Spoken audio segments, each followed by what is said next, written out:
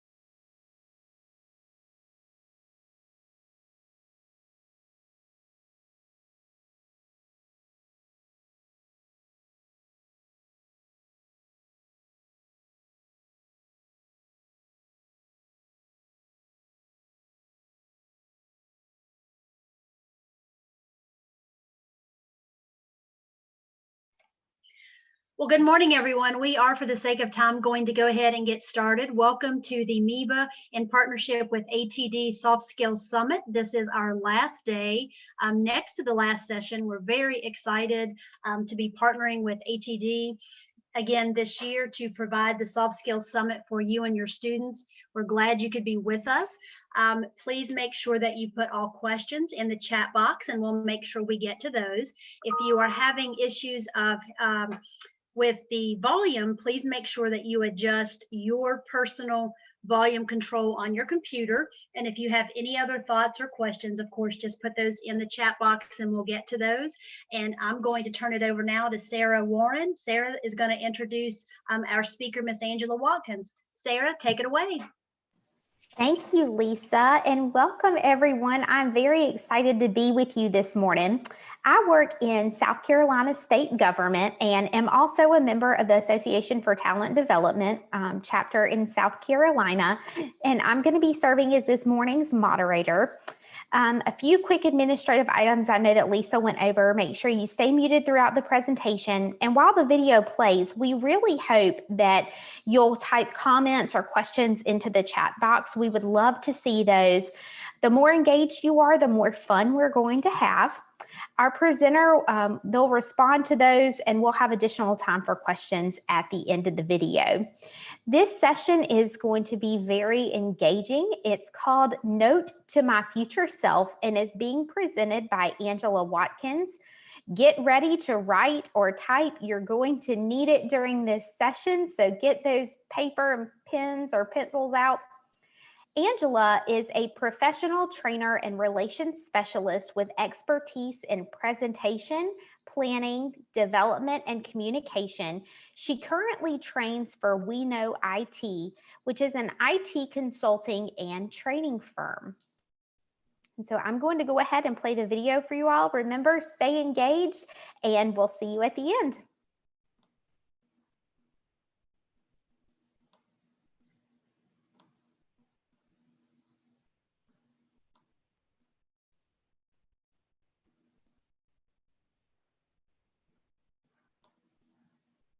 Watkins, and whether you consider the future a minute, a day, a month, or many years from now, I strongly urge you to consider sending yourself a letter. It starts like this. Dear future me. Dear future me, life is a journey, and it's okay to try new and different things. Dream big, I mean really big, then go after those dreams. It's okay to be afraid. And it's going to be hard, and there will be times when you're going to fail. Do it afraid. Get back up. And above all, don't you quit. If you quit, you will never know the amazing feeling of accomplishing something greater than yourself. So go. Go out and live your life. Truly live. Use it all so that in the end, there will be nothing wasted. You've got this. Signed? Me. I'm willing to bet that there are two types of students in this group. The first student has the next 4 to 6 years mapped out for themselves.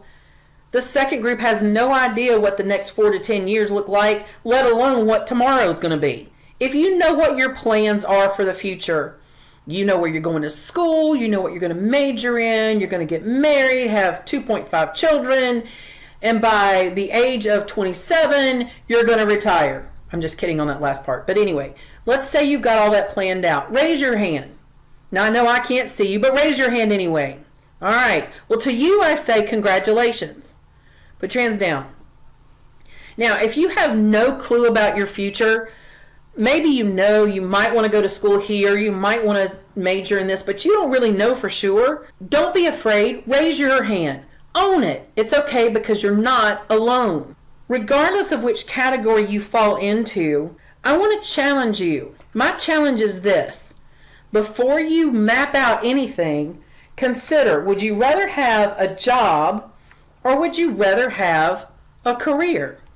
A job is just punching a clock and earning a paycheck. But a career, it's a long-term plan that not only takes your money into account, but also your purpose, your skills, your interest, your dreams, the why that drives you. You've heard it said, if you love what you do, you'll never work a day in your life. That's the definition of a career. Now, just a quick note, before we start breaking all this down, if you have a pencil, a piece of paper, or a pen and a piece of paper, whatever, you may want to take some notes. Because I promise you, if you'll listen to what I'm telling you, it's going to put you head and shoulders above where you are right now. And I'm talking to you now and your future self. So first, let's talk about your interests. What activities are you interested in? What are you passionate about? These are the activities that you'd be willing to work hard for, put in extra hours to be good at, soccer, reading, performing arts, whatever it might be. Write that down. Write down what are you interested in. And then when you have time to think about it later on, list all those things that you're really passionate about, things that you would be willing to work overtime to put in the effort to achieve. What about your skills? Think about what you're good at. Now, this may overlap your interests, but I want you to go a little bit deeper. I want you to think about why you like the things you do. You know, if you're very athletically inclined, then playing sports is something you should do. If you're not athletically inclined, then you probably shouldn't be on an athletic field. Just saying. Think about those things that you're good at and think about why you're good at them. And write it down. What are my skills? What are the things that I really, really like and what are the things that I really, really hate? What am I really good at? What am I really bad at? You've thought about your interest and your skills, so let's take it a step further and let's talk about your purpose. A lot of people, purpose is a very difficult concept. When you consider what your purpose is, this is what drives you. This is what makes you want to do the things that you do. This is what all of these things put together brings you to. So I want you to be aware of what that purpose is, what that passion is, what drives you to do the things you do, what drives you to be the person that you are, right? And all of these things together form your why. This gives you purpose. This is what gets you out of bed in the morning. Or I guess I should say, this is what gets you excited because some of you don't want to get out of the bed in the morning. I understand, I get it. However, I want you to consider what your why is. What is your purpose? And I want you to write it down. And these are things that you may not be able to answer right now. You may have to think about them.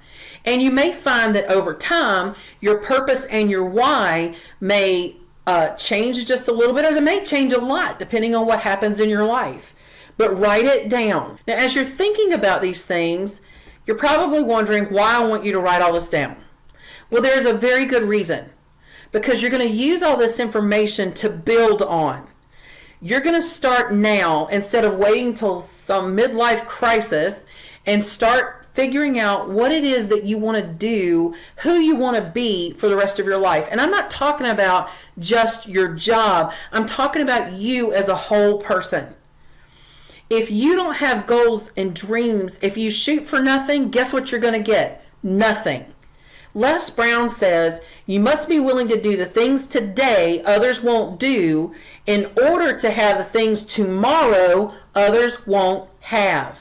So if you start thinking about your future self and what your future looks like, not from a standpoint of just I got to get this information and get this college and get that. I mean, what you really want to accomplish with your life when all is said and done. If you start giving that some thought as a big picture, then you're going to realize you've put in effort that other people haven't.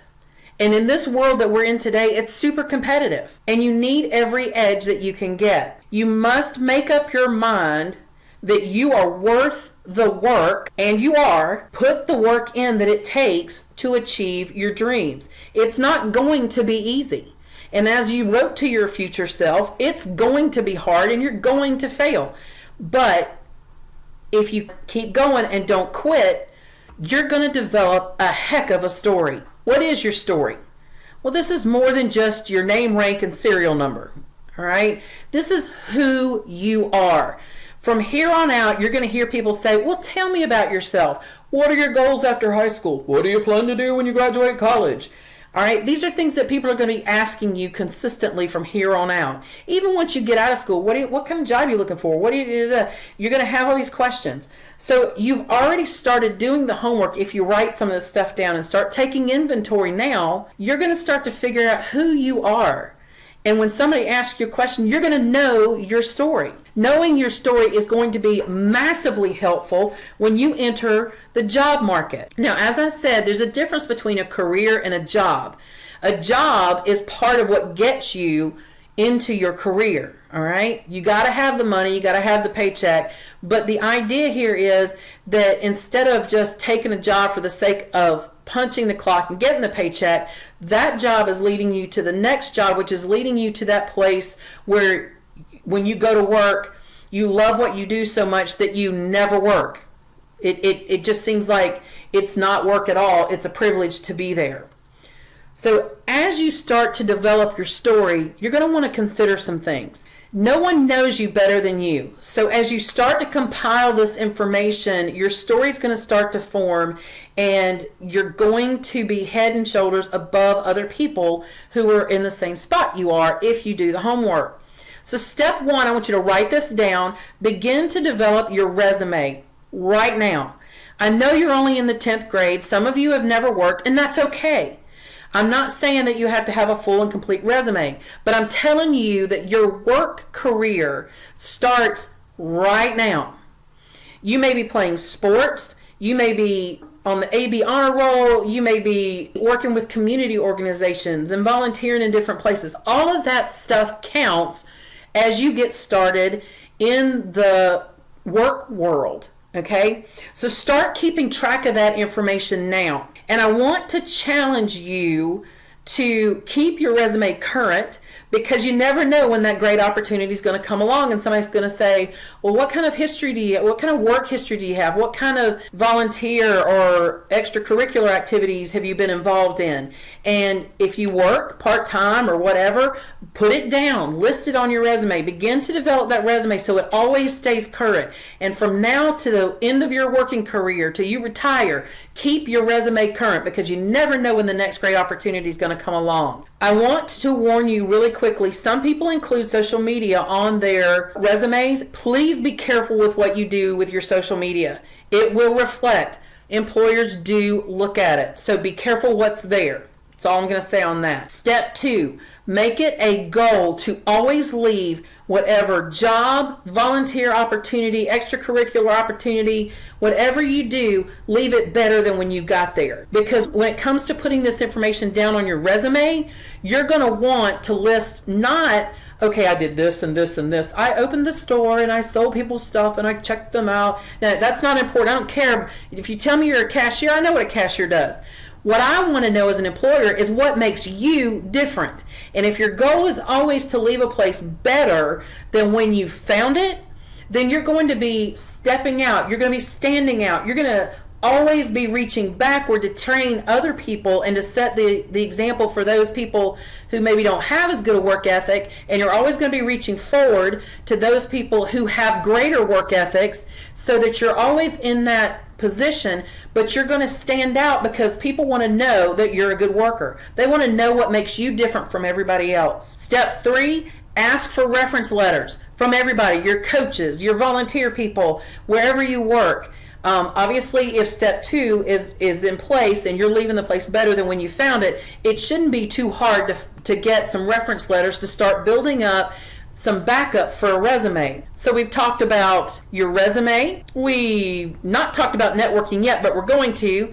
And we've talked about your references. Now, when you network is just getting to know people. It may be the people where you volunteer at. It may be the team that you're playing with, and the parents and the coaches and the refs and whatever else. You always want to leave a good impression with everybody. Now, we're not always going to get along with everybody. I understand that. But you want to try your best to leave as good an impression as you possibly can. Step 4, keep your grades up. Do the best you can.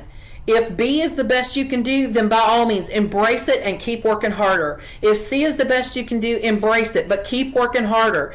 Don't let it throw you if you don't accomplish something at the first time. Remember, you're going to fail throughout life. There's going to be times. So get back up, figure out what you can do, and keep on going. And lastly, improve your writing and communication skills. If you know how to communicate with people and you can write fairly well, then it's going to take you much further than people who have no ability to communicate. And I can tell you one thing that's going to help you, and that is get your face out of your phone. Start writing things with a pen and a pencil, not necessarily on your phone. Write things on your computer. Actually put long sentences and paragraphs together to make longer writings than just short, hey, how you doing kind of thing. One thing I want to add to this in communication, actually in all of this, is the golden rule. Apply the golden rule to each of these areas. If you will treat others the way you want to be treated, you can't go wrong.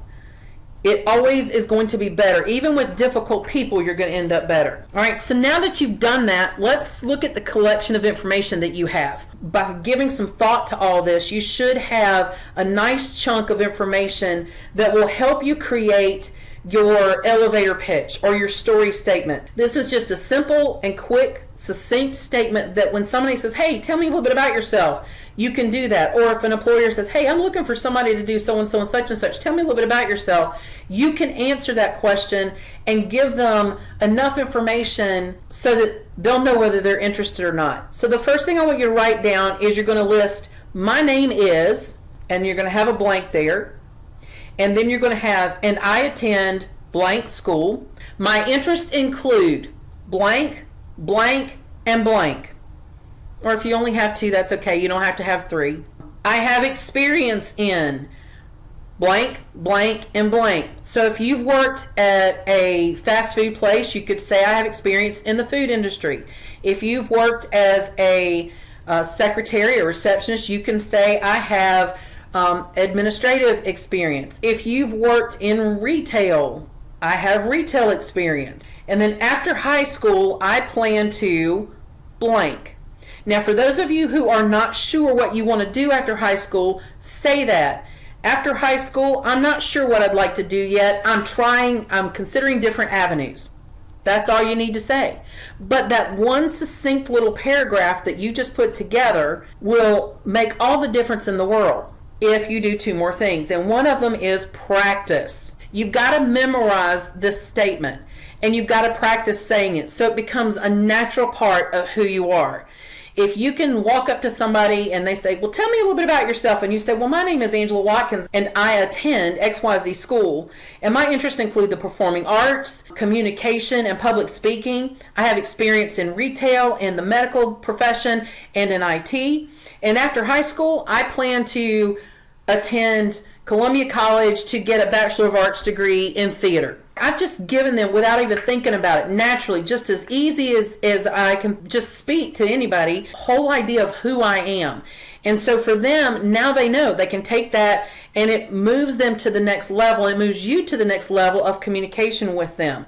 So practice. Practice delivering this to your family. Practice delivering this to the mirror. Take your phone and record yourself saying this. Practice with your friends. Once you get this down pat so that it is not my name is, my school is, my interests are, that sounds fake. I want you to say what you really mean and say it like you mean it. If you're willing to do the homework, it will pay off. I promise you. So let's talk about your future. Just a few more things that I want to lay down for you and just make clear for you before we wrap this up. And that is, first of all, life is a journey, and your career is a part of that journey. It's not going to be a straight path. It for sure won't be easy. But greatness requires hard work and sacrifice, and you're worth it. I don't care what anybody else has ever told you. Oh, you're not this enough. You're not that enough. You're not that enough. You're not this enough. Forget that. What you need to do is tell yourself, I am worth it, because you are. If you're walking this planet, you are worthy, all right? So don't forget that. Dream big, really, really, really big. If your dreams don't scare the hoop out of you, then they're not big enough. It's okay to be afraid.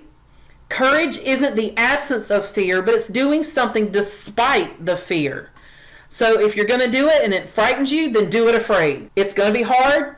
You're going to have times when you fail. You're going to want to quit, but don't you quit. Don't you quit. If you can look up, you can get up. So get up and don't you quit. The saddest thing on the face of this planet is people that go to their graves with never having birthed the music or the art or the speeches or the whatever they have in them as they're lying there on their deathbed. Those things that they never created and never took a chance on, are looking at them with angry eyes and going, we were given to you to bring in this world, and now we're going to die with you unused. No, we don't want that. We want to keep going. And lastly, live a real life. There are so many people who are real life walking dead. They make it from one moment to the next. Woe is me. We're just getting. They don't really take time to enjoy life. And I'm going to tell you, the biggest way to enjoy life is to practice an attitude of gratitude. If you are thankful for the things that are in your life, the people that are in your life, even the lessons that come along in your life, whether they're hard or whether they're easy, if you're thankful for those things, you're going to start seeing the magic that is all around you and sharing that magic with other people. So I hope you enjoy your journey. I hope that you reach the career success that you are worthy of. I hope that you will step out of your comfort zone and not settle for being mediocre, but shoot for being great. Thank you for letting me have this time. And now we're going to take some questions.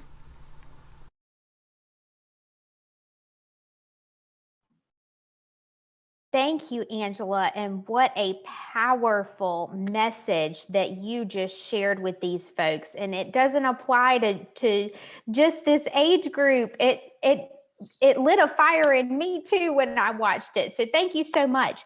I am now going to open up this session for questions or comments that you have. Utilize that chat box. Come off of mute and ask your questions directly.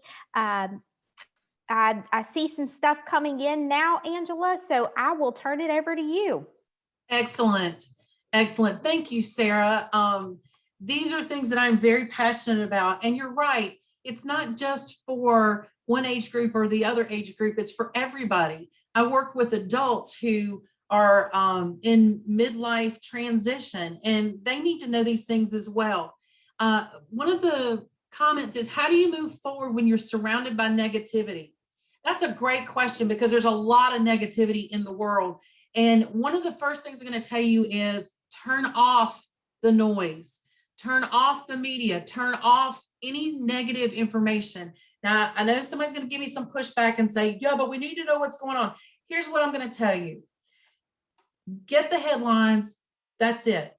And then turn everything else off. Start feeding your mind with positive, uplifting things. Every morning when I get up, the first thing I do is I turn on some of my favorite motivational speakers, and I listen to them while I work out, or while I'm, after I'm cleaning up my breakfast dishes, that kind of thing. So the first thing the day starts off with building and encouraging me and my mind, because I'm telling you, your greatest battle is going to be in your mind. And if you can't learn ways to shut off that negativity, you can end up being sucked into it. And so the best thing I can do, because I'm one of these people, I have lots of these voices speaking in my head, and I have a lot of old, ugly tapes that have played in my head. And the way I turn them off is to replace that noise with new stuff.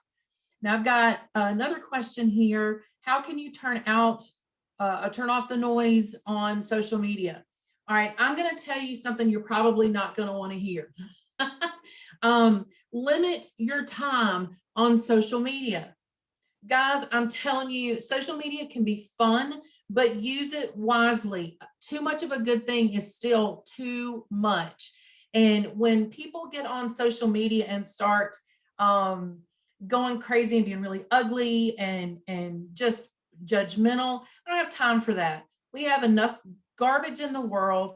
I don't want to be a part of that. So I choose not to be a part of it. And if that means making some hard decisions by unfollowing some people or blocking some people, do that. You are so much more valuable, and there's so much you have to offer, and we surround ourselves.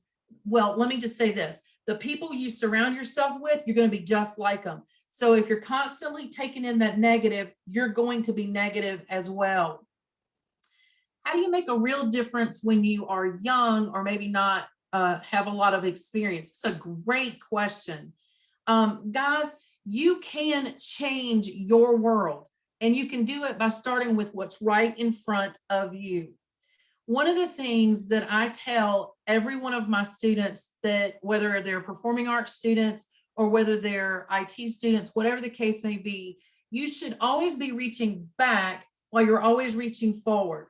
You always want to make yourself not change, but become better, improve who you are. Always be reaching forward to those people who can lift you up and who can move you to the next level, who can encourage you to be better. But at the same time, you're always reaching back and bringing people with you.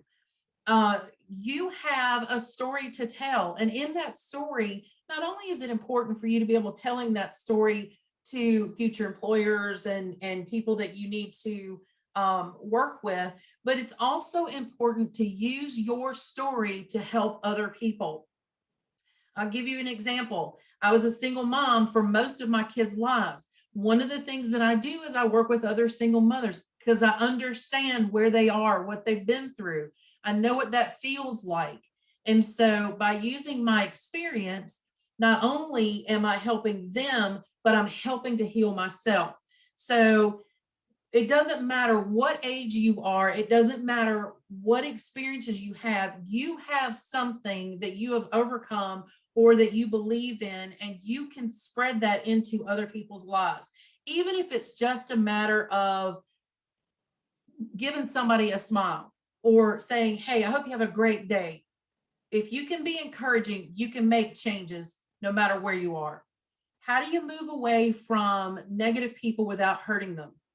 Ooh, this is a tough one. All right. So here's the thing you need to think about. First of all, one of the things we're taught is it's selfish if you take care of yourself first and then everybody else. But I'm going to tell you it's the exact opposite.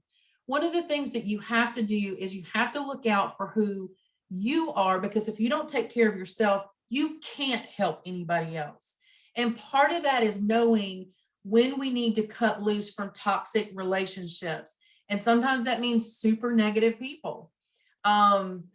It's not an easy choice to make. You don't necessarily have to confront them. Sometimes it's just a matter of filling your life with other things and being selective about what you put in your life. And maybe that means you don't hang out with them as much. Or maybe it's not to the place where you want to cut that tie, but maybe what you do is you set boundaries around yourself. So instead of spending lots of time with negative people, you set up a boundary. You spend just a little bit of time with them. And then as soon as you're done with them, you surround yourself with positive messages, uplifting and encouraging music. I am so musically driven that is the first thing I go to. That's my go-to is uplifting music, so that I can feel better about not about myself, but just to wash away the negativity that I've just spent time in. And that way, sometimes you don't need to cut the relationship totally, but what you can do is limit it. Folks, set boundaries. It's okay to say, I can't take any more of that. I can't handle any more of that. I mean, I can deal with it in this little bit. And so this is what I'm going to do. We all have to do it. Everybody has issues where they have to set boundaries. And if you can learn now to do that, then you're going to find out later on, it'll still be hard, but it'll be a whole lot easier than if you just start then. All right, so I don't see anything new in the chat box, but I have 3 more tips that I'd like to throw in here. And if you still have things that you want to add, please feel free to ask. Just a couple more tips that I want to make sure that you walk away from this with. And first one is, as you're looking for your career and you're applying for jobs and things, let me just tell you that a job search is a two-way street. It is not only about you filling somebody else's need, it's also about that company filling your needs. And it's more than just money, okay? If you really want a career, if you want that job that just makes you feel good about going to work and it's not like working at all, then you need to do your homework and research that company. Do they have the same standards that you have? Are they socially involved if that's something that's important to you? If you're very shy and introverted and that's not something you're just not comfortable around a lot of people, well, then does the job demand that you be around a lot of people? You need to do your homework and make sure the job is as good a fit for you as it is for them, because then you've got a really good partnership so that even on the bad days, it's not as bad as it could be. Now, this does not give you, when you go into an interview, you're interviewing them as much as they're interviewing you. But I say this with caution because that doesn't give you the authority to be arrogant or rude or what have you. You still should be humble and professional when you go into an interview, but you are asking them questions about whether they fit with you or not. So it's not just a one-sided thing. So keep that in mind. Do your homework and research them. Because you've already started doing the homework on you, you tie that in with the homework you do on them, then you've got a really good idea as to whether this is going to be a good fit for you. Tip number 2 is your biggest challenge in your life is going to be your very own mind. Whether it's, I don't know if I can do this. I'm awful. I'm terrible. How many times have you said to yourself, oh man, Angela, or that's so stupid. Don't talk to yourself that way. Reprogram your mind. One of my favorite books on the planet says that as a man thinketh in his heart, so is he. That is, not only are you believing it in your heart, but it's what you're saying and doing with your mind. So you need to make sure that if you wouldn't speak to somebody else that way, don't speak to yourself in that manner. You want to always tell yourself, yeah, this may be hard. This may be an obstacle, but it's not the end. And so you can do this. Be your own cheerleader. Don't wait for somebody to come along and cheer you on. You be your own cheerleader. Always be trying to work your mind so that you are growing and you are encouraging yourself, because again, the more you do that, the more you're going to reach behind you and bring people with you while you're reaching ahead to grow yourself. And then it's a win-win for everybody. And my last tip is, and then I promise I'm going to quit talking. I could talk about this all day. I'm so passionate about it, is that when you make plans, hold them loosely in your hands. All right. I am a type A, super capital A planner. Man, I'm a planner by nature. My plans have backup plans that have backup plans. Well, the problem with that is I get so wrapped up in having those plans that I hold my hands like this. Well, when I hold my hands like this, I can't receive anything. But if I hold my plans this way, not only do I allow myself the ability to adapt and change when something happens, like life, I'm also able to receive from other people, receive from other places, to grow and to adapt and to enjoy the magic that is life. So hold those plans. If you're a planner and you have your whole life planned out, hold them loosely so that you don't cut yourself off from some blessings that you might not receive if you hold them tightly. Guys, it's been a pleasure for me to be with you. I don't see any new comments in the chat box. So thank you very much for letting me be a part of your morning. And I hope that if you don't remember anything else, right now, that later on you'll have that letter written to yourself that you can fall back on and still get up and go again.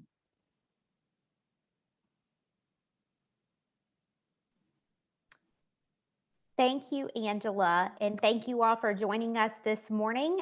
That is it, and we hope you have a wonderful day.